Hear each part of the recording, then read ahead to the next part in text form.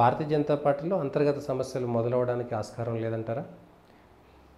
సమస్యలు లేని political party ఉండదండి. అంటే మోడీకి వ్యతిరేకంగా, మోడీ నాయకత్వానికి వ్యతిరేకంగా నా ఉద్దేశంలో. మోదీ నాయకత్వానికి వ్యతిరేకత ఉన్నట్టుగా ఏ ఇండికేషన్ వచ్చింది మీకు? ఎవరు మోదీ ఉండొద్దు, వేరే నాయకుడు రావాలి అన్నటువంటి నాయకుడు ఎవరైనా మీకు ఇంతమటుకు కనిపించారా?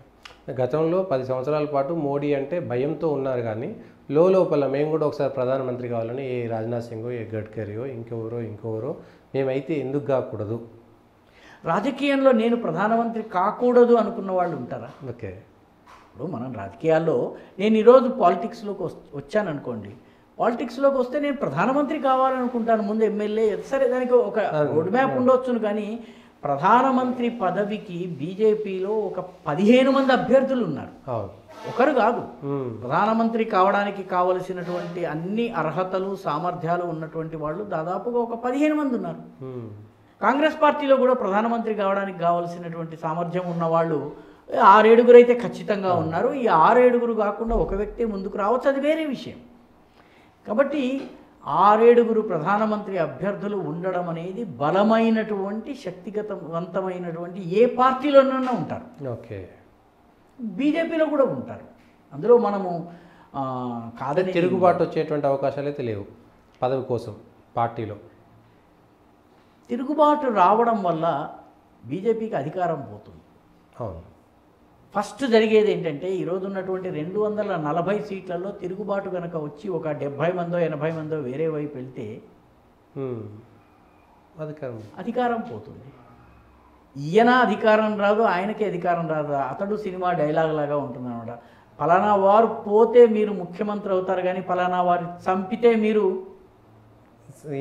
నేరస్తులు అవుతారన్న విషయం ఎందుకు మర్చిపోయారు అని డైలాగ్ ఉంటుంది కదా. సరిగ్గా ఈరోజు బీజేపీలో చీలిక వచ్చినా, ముక్కలైనా, ఒక వర్గము వేరైనా కూడాను అధికారం పోతుంది. 5 ఏళ్ల పాటు ఉండేటటువంటి అధికారం పోతుంది. ప్రజలకు వాళ్ళు చేయాలనుకున్నటువంటి వాళ్ళ ఎజెండా ఏదైతే ఉందో, వాళ్ళ పొలిటికల్ ఎజెండా కానీ, వాళ్ళ యొక్క డెవలప్మెంట్ ఎజెండా కానీ, ఐడియాలజికల్ ఎజెండా కానీ ముందుకు తీసుకెళ్లాలన్నట్లయితే చీలిక వచ్చేటటువంటి పరిస్థితి ఎక్కడ నాకైతే కనిపించడం లేదు. ఆ రకంగా ఇప్పుడు ఉన్నటువంటి నాయకులు ఎవరు కూడా చీలిక తెచ్చేటటువంటి ఇమ్మెచ్యూరిటీ ఉన్న నాయకుడు కనపడటం లేదు. ఎందుకంటే నేను విన్నది, నా దగ్గర ఆధారాలు లేవు, ఈ ఎన్నికల్లో మోదీ పేరు మీద మనము ప్రజల దగ్గరికి వెళ్ళాలి అన్నటువంటి నిర్ణయము పార్టీ తీసుకున్నప్పుడు దానిని మోదీ వ్యతిరేకించారని నేను విన్నదంటే, నా దగ్గర ఆధారాలు లేవు, చాలా ఒక సోర్స్ నుంచి విన్న మాట ఇది. మోదీ వ్యతిరేకించారని. మోదీని ఈరోజు ఎవరెవరైతే ప్రధానమంత్రి అభ్యర్థులుగా మనం చెప్పుకుంటున్నామో వాళ్ళందరూ వెళ్ళి కూర్చుని ఒప్పించి, ఈ ఎన్నిక మీ పేరు మీద జరగాలి, ఈసారి గ్యారంటీ మోదీ గ్యారంటీ ఉండాలి, మీరే ఫేస్గా ఉండాలి అని అడిగారు అని, దానికి ఆయన చాలాసేపు ఆలోచించిన తర్వాత అంగీకరించారని నాకు, మీరు ఆధారం అడిగితే నేను చెప్పలేను, కానీ నేను విన్నది చాలా రిలయబుల్ సోర్స్ నుంచి విన్నది. కాబట్టి ఇటువంటి అంశాలు, ఈ రకమైన డిఫరెన్సెస్ ఆఫ్ ఒపీనియన్ ఉంటుందండి. ఎవరికైనా కూడా అభిప్రాయ భేదం ఉంటుంది. అదేవిధంగా ఒక విషయం మీద 6-7 దృక్పథాలు ఉంటాయి. చీలిక దాకా కూడా తప్పు ఉండాల్సిందే. చీలిక దాకా వెళ్తుందా? వెళ్ళేటట్లయితే భారతీయ జనతా పార్టీ ఈ పార్టీకి ఒక 10 సార్లు చీలిపోయి ఉండాలి. ఓకే. భారతీయ జనతా పార్టీ ఇప్పటి వరకు పెద్ద చీలికలు చెప్పాలి అంటే ఏమున్నాయి? ఉమాభారతి పార్టీలోని ఒక చిన్న వర్గాన్ని తీసి బయటకు వెళ్ళారు. కళ్యాణ్ సింగ్ ఒంటరిగా బయటకు వెళ్ళారు. మదన్ లాల్ ఖురానా బయటకు వెళ్ళినప్పుడు ఒంటరిగా వెళ్ళారు, ఆయన వెంట పార్టీ వెళ్ళలేదు. ఎంతో కొంత వ్యక్తుల్ని తీసుకెళ్ళి కొంత చేసింది ఉమాభారతి ఒక్కరే. యడియూరప్ప బయటకు వెళ్ళారు, వెళ్ళినంత వేగంగా తిరిగి వచ్చారు.